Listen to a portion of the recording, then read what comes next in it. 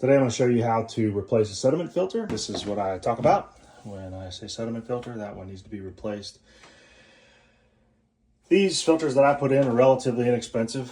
I try to put it on my radar to replace them every couple of months, probably no later than 6 months, but a lot of it depends on usage and how it looks.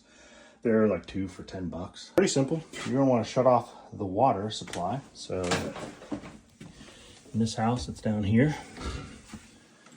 And that's the incoming to the pressure tank.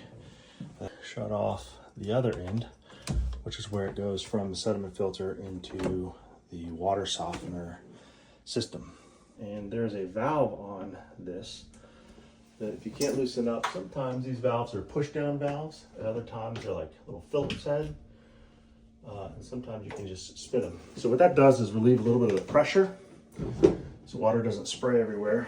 I usually grab a bucket handy, kind of keep that around, and you'll see when I spin that enough, it loosens it up and just takes the pressure off. It makes it a lot easier to spin this canister off. So sometimes they come with these little plastic wrenches, other times they don't. This one, this top washer actually is what's rotating. So I just kind of tilt it back a little bit, support the pipe, so I'm not putting too much pressure on that plastic pipe, and I start spinning it. Once you spin it, you can get this out of here and usually just do the rest by hand. It's not too cumbersome. So you're going to hear a lot of water coming out. This particular house is on a well, which is why we have a sediment filter. Most water that's coming from public water probably won't have this. You don't really get a whole lot of debris in public water. The municipality usually filters it for you. But if you're on a well, more than likely you have this. So this is full of water. I'm just going to dump this out in the bucket. Usually let that bucket sit there for a little bit. If you can prop it up, sometimes it's on the ground. And I'm going to get a paper towel and clean that out a little bit. Give it a good wipe down. That's pretty much it. Take the new one. You'll see there is a round little set. Part of the plastic mold in there. I just set that on there, and then I put it back on, I try to just make sure it's centered and not leaning to one side until it seats properly.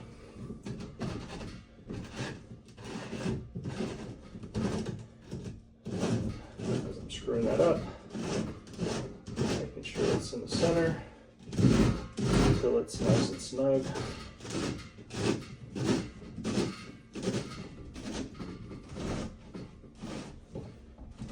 Go. I'll take my plastic wrench out again, put it on there. Don't need to crank it down too hard. Again, I'm going to support the pipe on the one side.